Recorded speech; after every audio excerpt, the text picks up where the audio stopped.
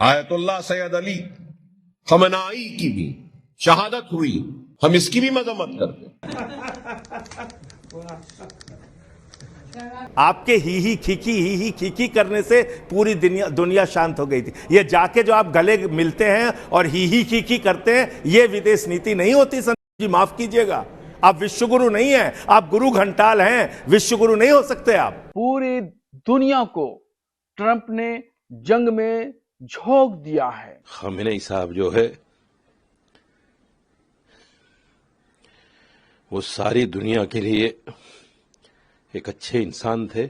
जो आदमी हत्या का जिम्मेदार है, जिस आदमी ने अटैक किया, शांति की अपील करने में उसका नाम तक आप नहीं ले रहे, तो किससे शांति की अपील कर रहे हैं भाई? और खास तौर से मैं इस्लामिक दुनिया के जितने भी मुस्लिम लीडर हैं उनको शर्म दिलाना चाहता हूं कि चुल्लू भर पानी में जाके डूब मरो कहीं, तुम्हारी अपनी औकात कुछ भी नहीं है। खamenei साहब के इंतकाल के लिए जो लोग भी जिम्मेदार हैं उनके खिलाफ इंटरनेशनल कोर्ट में केस चला करके कानूनी का उनको सज़ा हर हालत में दी जानी चाहिए। और आरएसएस तो कई सालों से इजराइल के प्रति एक ऐसा रवैया अपना रहा है जैसे कि वो एक दोस्त देश हो, दोस्त लोग हो। मैं भारत सरकार से कहना चाहता हूं, भारत और ईरान के रिश्ते कई दहाकों पुराने हैं। सरकार को चाहिए कि ये जो सरकारी गुंडागर्दी अमेरिका और इजराइल ने की है, इसके खिलाफ पहले तौर पे आज ही उनको कंडेम्ड करना चाहिए, यूएनओ में अपना कंडेम्ड पेश करना चाहिए और भारत में भी आयतुल्लाह खमीनी के लिए कम से कम 3 दिन का राष्ट्रीय शोक जो है वो घोषित करना चाहिए। अमेरिका का जो यार है, दोस्तों, आपको पता है कि इस वक्त ईरान में 10,000 से ज़्यादा भारतीय फंसे हुए हैं। इलाके में युद्ध का खतरा है और युद्ध हो रहा है, और उसी वक्त भारत के प्रधानमंत्री इजराइल के प्रधानमंत्री से गले मिलते दिखाई देते हैं। लेकिन सबसे बड़ा सवाल, क्या उस मुलाकात में भारतीयों की सुरक्षा की बात हुई थी या नहीं? अगर हमले की जानकारी पहले से थी तो भारतीयों को सुरक्षित क्यों नहीं किया गया? और अगर जानकारी नहीं थी तो भारत अब तक चुप क्यों है? क्या कूटनीति भारतीय नागरिकों की सुरक्षा से बड़ी हो गई है? और क्या भारत अपने ही लोगों के सवालों का जवाब देने से बच रहा है? नमस्कार, मेरा नाम हैदर अब्बास नकवी है और आप लोग मुझको इस वक्त दा स्वतंत्र पर देख रहे हैं। जी हाँ, आज हम समझेंगे खमेनी की मौत, भारत में विरोध और मोदी सरकार की चुप्पी के पीछे की पूरी कहानी। मध्य पूर्व में बढ़ते युद्ध के साए के बीच एक बड़ा सवाल भारत के सामने खड़ा हो गया है। क्या दुनिया की कूटनीति में भारतीय नागरिकों की सुरक्षा पीछे छूट रही है? ईरान में आज भी 10,000 से ज़्यादा भारतीय काम कर रहे हैं, लेकिन जब क्षेत्र में हमला होने वाला था उसी समय प्रधानमंत्री नरेंद्र मोदी इजराइल के प्रधानमंत्री नेतन्याहू से मुलाकात कर रहे थे।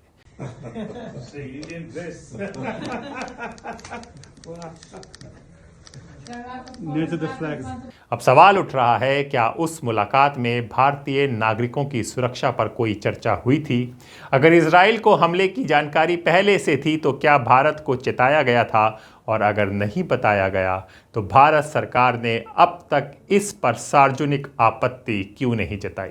आपके ही खीखी करने से पूरी दुनिया शांत हो गई थी। ये जाके जो आप गले मिलते हैं और ही खीखी करते हैं, ये विदेश नीति नहीं होती। संदीप जी माफ कीजिएगा, आप विश्वगुरु नहीं हैं, आप गुरु घंटाल हैं, विश्वगुरु नहीं हो सकते आप किसी भी मसले पे कुछ बोलेंगे नहीं, आपका कोई स्टैंड नहीं होगा।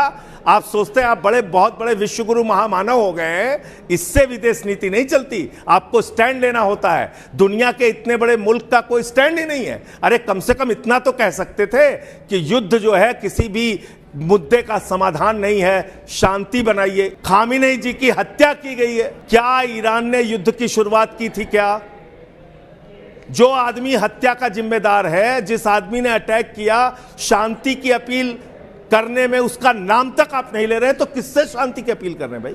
एक्सपर्ट कहते हैं कि ये सिर्फ विदेश नीति का मामला नहीं है, बल्कि उन हजारों भारतीय परिवारों की चिंता का सवाल है जिनके अपने लोग युद्ध क्षेत्र में मौजूद हैं।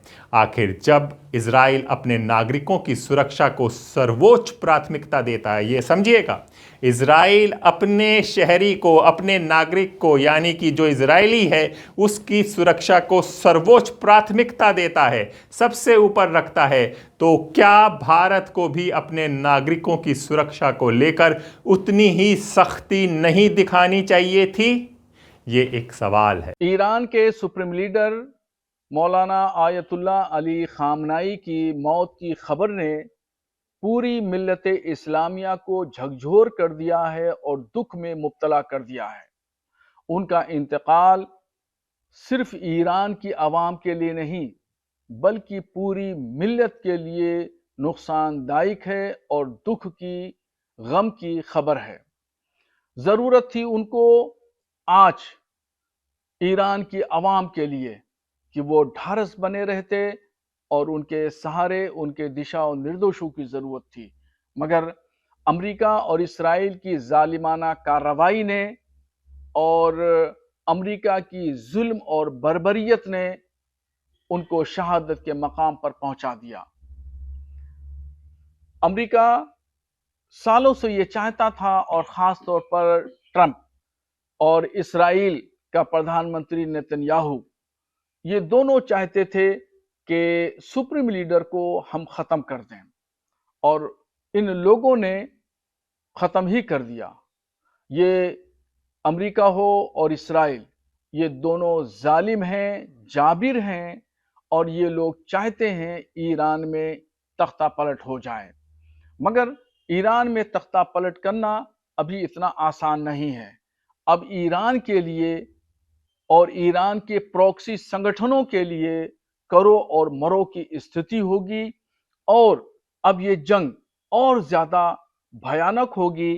पूरी दुनिया को ट्रंप ने जंग में झोंक दिया है, और इसका खमियाजा ट्रंप ने पूरी दुनिया को झोंक करके ये बता दिया है कि वो अमन नहीं चाहता बल्कि पूरी दुनिया में अशांति चाहता है। और ये अशांति, ये कोई इंसान का काम नहीं है बल्कि ये काम शैतान का है। मैं भारत सरकार से अपील करूंगा कि ईरान में जो भारतीय हैं, इसके अलावा जो खाड़ी देशों में भारतीय हैं, उन भारतीयों को कुशल लाने का इंतज़ाम किया जाए, व्यवस्था की जाए। इसमें सबसे ज़्यादा भारतीय लोगों का नुकसान है कि वो लाखों की तादाद में अरब देशों में रहते हैं, कारोबार करते हैं, रोजी रोजगार से वाबस्ता हैं। अब उनको लाने और कुशल भारत पहुंचाने की जिम्मेदारी भारत सरकार की है। मैं समझता हूं कि भारत सरकार इसमें बेहतर से बेहतर कदम उठा। देखिए, मौलाना आयतुल्लाह अली खामनाई की मौत पर, उनकी शहादत पर जिन लोगों में गम गुस्सा है, वो ज़रूर अमेरिका के और इसराइल के खिलाफ उजागर होगा। मगर जहाँ जहाँ भी प्रदर्शन हो या प्रदर्शन जो हो रहे हैं, मैं उन सभी लोगों से गुजारिश करूँगा कि प्रदर्शन अमन और शांति के साथ में हो और कानून के दायरे में रह करके हों। जी हाँ, राजनीतिक गलियारों में अब ये बहस तेज है। क्या भारतीय कूटनीतिक संतुलन बनाए रख रहा है या वैश्विक शक्तियों के दबाव में अपनी आवाज धीमी कर रहा है? और यही वजह है कि विपक्ष लगातार प्रधानमंत्री से जवाब मांग रहा है।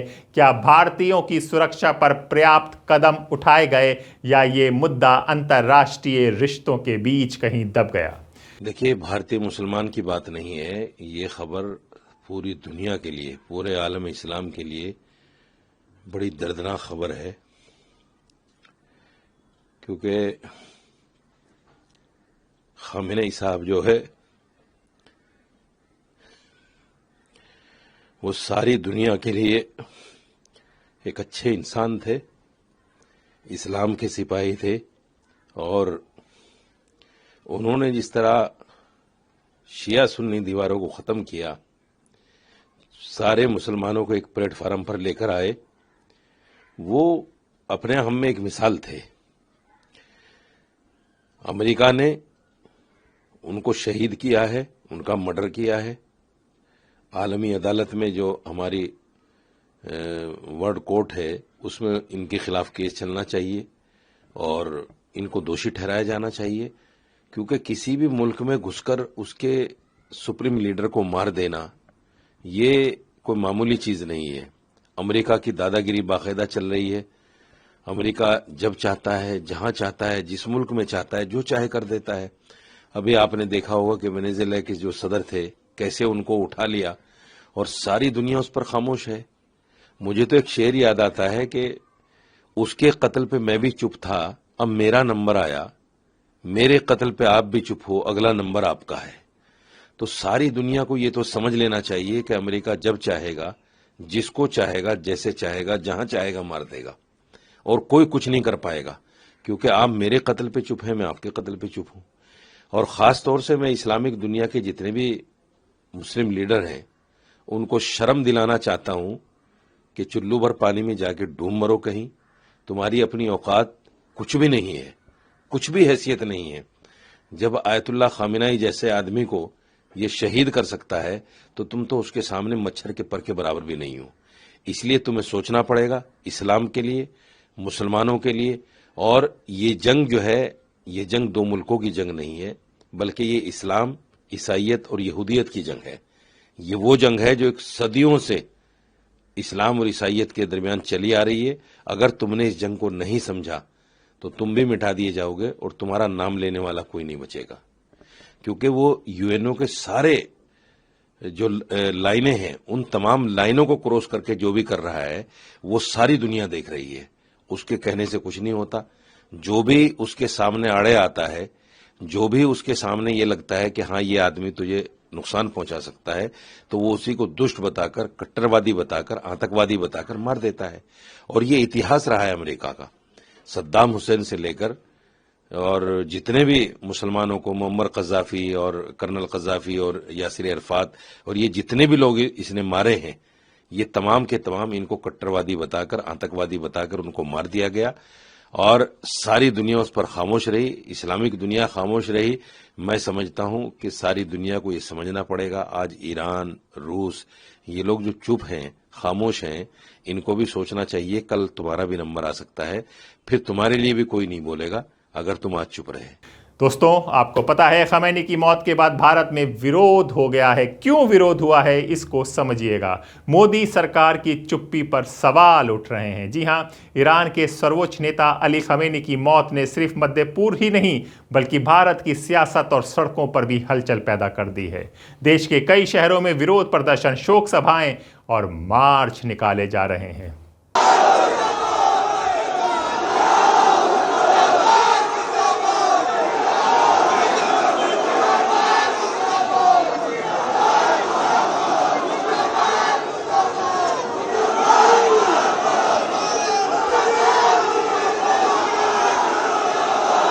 साथ ही प्रधानमंत्री नरेंद्र मोदी की इजराइल दौरे और भारत सरकार द्वारा आधिकारिक शोक संदेश ना दिए जाने को लेकर राजनीतिक विवाद भी तेज हो गया है। आखिर भारत में विरोध क्यों हो रहा है इसको समझिए, सरकार क्यों चुप है इसको जानिए, और क्या ये भारत की विदेश नीति में बदलाव का संकेत है। आइए समझते हैं पूरा मामला। मध्य पूर्व में बढ़ते तनाव के बीच ईरान के सर्वोच्च नेता अली खमेनी की हत्या की खबर सामने आई। इस घटना के बाद ईरान इजराइल के बीच तनाव चरम पर पहुंच गया और पूरी दुनिया में राजनीतिक प्रतिक्रियाएं शुरू हो गईं। ईरान में लाखों लोग सड़क पर उतर आए। वहीं कई मुस्लिम देशों में समुदायों में शोक और विरोध दिखा। इसका असर भारत में भी दिखाई दिया, जहां बड़ी संख्या में लोगों ने इस वैश्विक अन्याय और युद्ध की राजनीति से जोड़कर देखा। जी हां, भारत में कहां कहां हुए प्रदर्शन समझिए। खमेनी की मौत के बाद भारत के कई शहरों में विरोध प्रदर्शन हुए।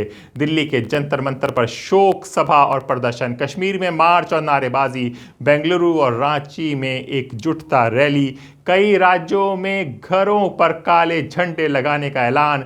प्रदर्शनकारियों ने हजार खमेनी पैदा होंगे जैसे नारे लगाए और अमेरिका इजराइल का यार वो है देश का गद्दार की नीतियों के खिलाफ आवाज उठाई।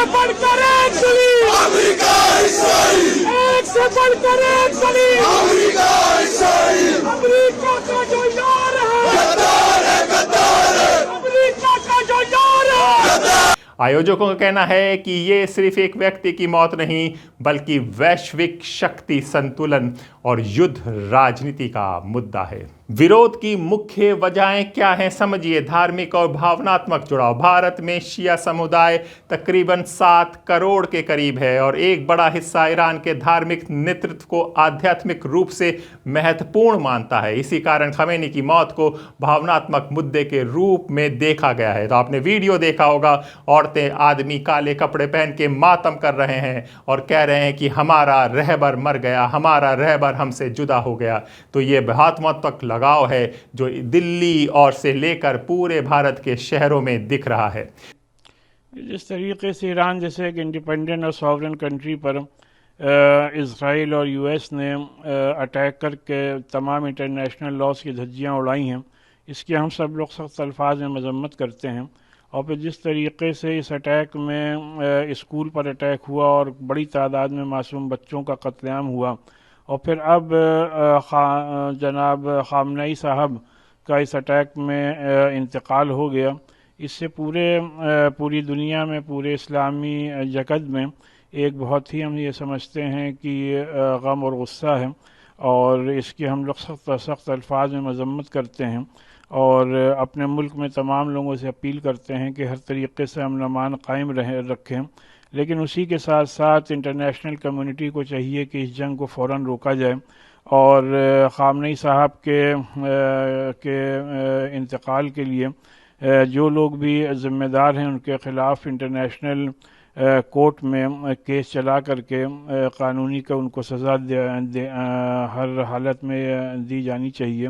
और इस जंग को वो भी जो कि रमज़ान जैसे मुबारक और मुक़द्दस महीने में ये अटैक्स हुए हैं, इसकी इस नुक्ते नज़र से हम लोग और भी सख्त अल्फाज में इसकी मजम्मत करते हैं।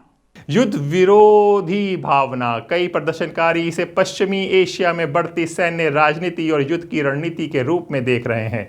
वैश्विक न्याय का सवाल। प्रदर्शन में शामिल लोगों का कहना है कि अंतर्राष्ट्रीय कानून और मानव अधिकारों को शक्तिशाली देशों द्वारा नज़रअंदाज किया जा रहा है, यानी कि यूएस अपनी सारी दुनिया को अपनी कॉलोनी बनाना चाह रहा है। यानी कि जिस तरह से पहले अंग्रेज़ों के गुलाम थे वही गुलामी वो लाना चाह रहा है, सबको अपने अंडर लाना चाह रहा है। तो क्यों वो लोगों के साथ कर रहा है, ये भी एक विरोध चल रहा है। ये किसी को समझ में नहीं आ रहा कि वो इजराइल की यात्रा पर क्यों गए। कोई उनका स्टेटेड ऑब्जेक्टिव अखबारों में नहीं आया और इस समय पर इजराइल में जाना एक इस प्रकार का संकेत देता है जैसे कि इजराइल में जो अभी कत्लेआम नरसंहार पैलेस्टाइन पर किया जा रहा है, इजराइल की सत्ता द्वारा पैलेस्टाइन पर जो बेगुनाह लोगों पर इस प्रकार के अत्याचार किए जा रहे हैं, ये एक प्रकार से उसका समर्थन जाहिर करता है।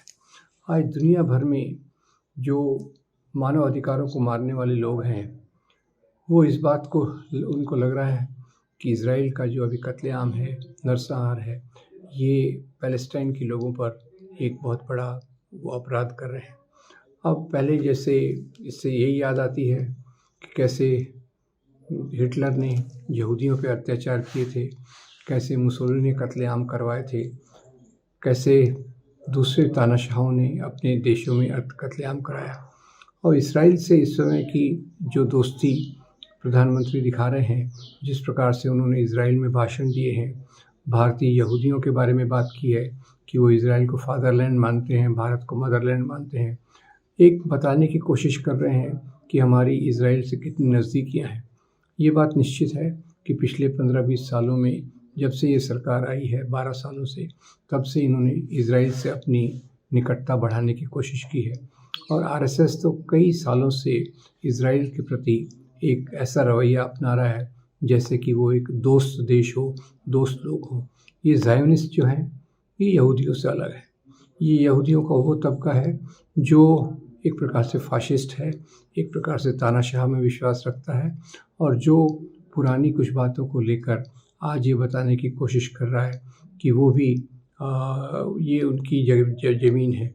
अब 1945 में इसराइल के बनने के बाद उन्होंने जो पैलेस्टाइन की ज़मीन पर कब्ज़ा किया है, लगातार अपनी पहुंच को वहाँ बढ़ाया है, ये पूरा अंतर्राष्ट्रीय कानूनों के खिलाफ है।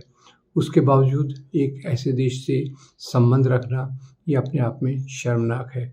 अब इसके पीछे की जो राजनीति है उसमें कई प्रकार के अंदाज लगाए जा रहे हैं। एक तो इसराइल ने जिस प्रकार से क्रूरता के मानदंड स्थापित किए हैं, मोदी सरकार उसी प्रकार के क्रूरता के मानदंडों को कॉपी करने की कोशिश कर रही है, उसी की नकल करने की कोशिश कर रही है। खैर, आजकल एक मीडिया पे एक बात छाई है कि उन्होंने कहा था भारतीय यहूदियों के लिए कि ये इसराइल को फादरलैंड मानते हैं, भारत को मदरलैंड मानते हैं, तो उसका उतना पोर्शन लेकर लोग बात कर रहे हैं कि Israel is fatherland, India is Motherland. वो बात तो सही नहीं है, पर इतनी बात निश्चित है कि आज जो इसराइल है वो एक बहुत ही ख़तरनाक तरीके से दुनिया में मानव अधिकारों के उल्लंघन को तेज़ी से कर रहा है, और उस समय पर इसराइल से दोस्ती दिखाना ये पूरी तौर से गलत है। मोदी जी का क्या इरादा है, क्या अंदर की राजनीति है, क्या, क्योंकि अभी एप्स्टीन फाइल आने के बाद ये स्पष्ट होता जा रहा है कि इसराइल ने कई चीज़ें ऐसी की हैं। अब इसका संबंध तो ज़्यादा से ज़्यादा पता चलेगा, और जैसे एप्स्टीन फाइल में मोदी जी का भी नाम है, उनके मंत्रियों का भी नाम है, और किस प्रकार से भारत इसराइल के सामने एक प्रकार से दोस्ती का हाथ बढ़ा रहा है, दोस्ती गहरी करते जा रहा है, और भारत कैसे अमेरिका के सामने समर्पण कर रहा है, इसके पीछे कोई और भी गहरी राजनीति होगी ऐसा लगता है। तो सवाल ये है कि आज इस प्रकार के बयान जो मोदी के आ रहे हैं और जिस प्रकार से वो इसराइल से निकटता दिखा रहे हैं, ये देश की विदेश नीति के लिए काफ़ी खतरनाक है, गलत है, और इसका पूरा विरोध होना चाहिए। आज विश्व में जो मानव समाज के अधिकारों को मान्यता देते हैं उनके साथ हमें चलना चाहिए, और इसराइल का पूरा तौर से बायकॉट करके ये मांग रखना चाहिए कि इसराइल ने पैलेस्टाइन पर जो जीनोसाइड चालू रखा है उस पर तुरंत रोक लाई जानी चाहिए, और पैलेस्टाइन के लोगों की पूरी मदद करनी चाहिए। नरेंद्र मोदी के ये कदम बार बार दिखाते हैं कि वो लोकतंत्र से ज़्यादा इस प्रकार की चीज़ों में विश्वास रखते हैं जो मानव अधिकारों के पूरी तौर से खिलाफ है, मानवता के पूरी तौर से खिलाफ है, और इसलिए इसकी पूरी निंदा की जानी चाहिए। और वहीं पर दोस्तों, वहीं पर पीएम मोदी के इजरायली दौरे पर विवाद शुरू हो गया। विवाद का सबसे बड़ा कारण बना प्रधानमंत्री नरेंद्र मोदी का इजरायली दौरा। विपक्षी नेताओं और कई सामाजिक संगठनों ने आरोप लगाया, भारत ने आधिकारिक शोक संदेश जारी नहीं किया, सरकार ने हत्या की स्पष्ट निंदा नहीं की। इससे भारत की पारंपरिक संतुलित विदेश नीति कमजोर दिखी।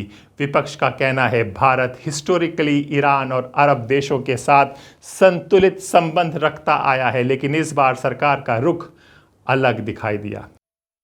आयतुल्लाह सैयद अली खमनाई की भी शहादत हुई, जो शियों के बड़े लीडर, बड़े आलिम, हम इसकी भी मजम्मत करते हैं। हम जो कुछ भी बेचैनी है आलम अरब में, जो कुछ भी हो रहा है दूसरे इलाकों में, चाहे वो सऊदी अरब हो, दुबई हो, ओमान हो, जॉर्डन हो, कतर हो, दुबई हो, हम उसकी भी मजम्मत करते हैं। हर बेकसूर जो इस की वजह से मुतासिर हो रहा है, परेशान हो रहा है, अपने जानों को गंवा रहा है, हम उन सब के लिए दुआ करते हैं।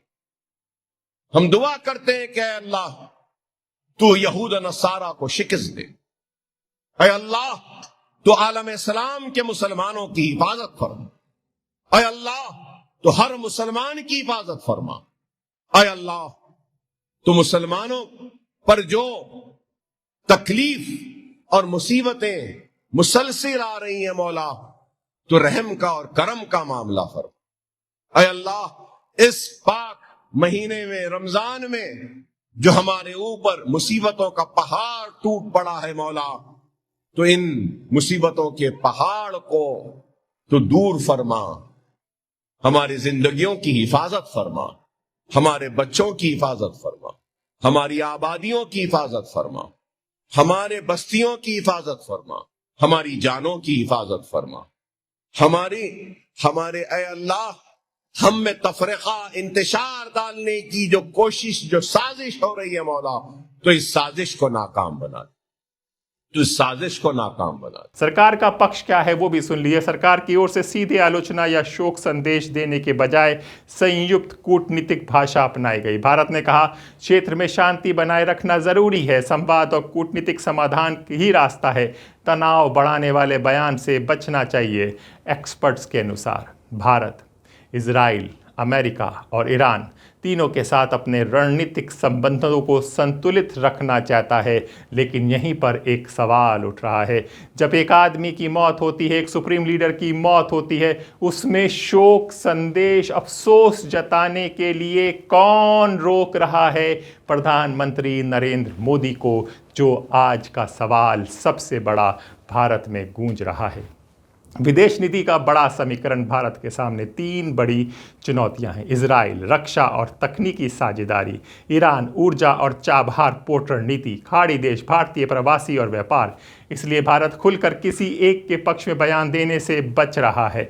लेकिन यहीं पर बात आ रही है कि जब कोई मार दिया गया है और इस तरह से मार दिया गया है, शोक संदेश देने से क्यों बच रहा है? शोक संदेश समझिए कि अफसोस तो जता सकता है, कंडोलेंस तो दे सकता है, वो भी भारत के प्रधानमंत्री की तरफ से नहीं आया। जी हाँ, जो बड़ा मेहरबान और निहायत रहम करने वाला है। तमाम भाई गुरुशे पढ़ें भाई, अल्लाहुम्मा सल्ली अला मुहम्मद व अला आलि मुहम्मद कमा सल्लैता अला इब्राहीम व अला आलि इब्राहीम इन्नका हमीदुम मजीद। अल्लाहुम्मा बारिक अला मुहम्मद व अला आलि मुहम्मद कमा बारकता अला इब्राहीम व अला आलि इब्राहीम इन्नका हमीदुम मजीद। तेरा मेरा रिश्ता क्या? तेरा मेरा रिश्ता क्या? तेरा मेरा रिश्ता क्या? तेरा मेरा रिश्ता क्या? तेरा मेरा रिश्ता क्या? तेरा मेरा रिश्ता क्या? बस यही रिश्ता हमारा आयतुल्लाह खमीनी से है। दुश्मन कान खोल के सुन ले, पूरी दुनिया के मुसलमानों का यही रिश्ता एक दूसरे से है। हाँ, उनका मसलक कोई हो, वो किस तरीके के इमाम के पीछे हो, वो क्या करते हैं क्या नहीं करते, हमारा और पूरी दुनिया के मुसलमानों का रिश्ता ला इलाहा इल्लल्लाह, ला इलाहा इल्लल्लाह, ला इलाहा इल्लल्लाह, ला इलाहा इल्लल्लाह, ला इलाहा इल्लल्लाह। जबसे इस्राइल की गुंडागर्दी पर पूरी दुनिया के बड़े बड़े लोग चुप हैं, लेकिन जिंदा कौमें हमेशा जिंदा रहती हैं और जिंदा कौमों के लोग ही शहादत हासिल करते हैं। दुनिया आज भी इस बात की गवाह है, कल भी इस बात की गवाह रहेगी कि बड़े बड़े लोग जब अमेरिका और इजराइल के तलवे चाट रहे थे, तो उस वक्त मुसलमानों का एक बुढ़ा शेर दुश्मन के पंजे में पंजा लड़ा रहा था।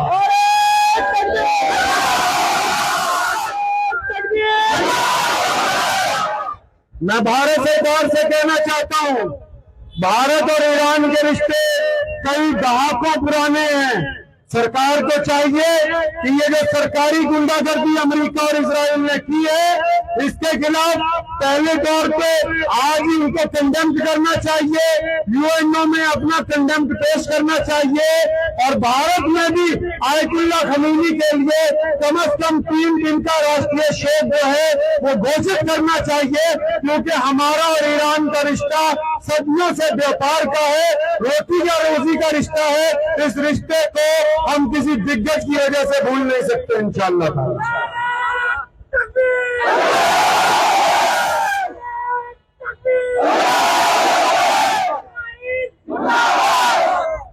इजराइल का जो प्रधानमंत्री है नेतन्याहू, वो ये समझता है कि वो कामयाब हो गया या हो जाएगा, क़यामत आ सकती है, मोहम्मद रसूलुल्लाह के दीन पर कोई गलबा नहीं पा सकता। पूरी दुनिया के गीदड़ भी अगर इकट्ठे हो जाएं तब भी वो मोहम्मद रसूलुल्लाह के दीन पर गलबा नहीं पा सकते इंशाअल्लाह।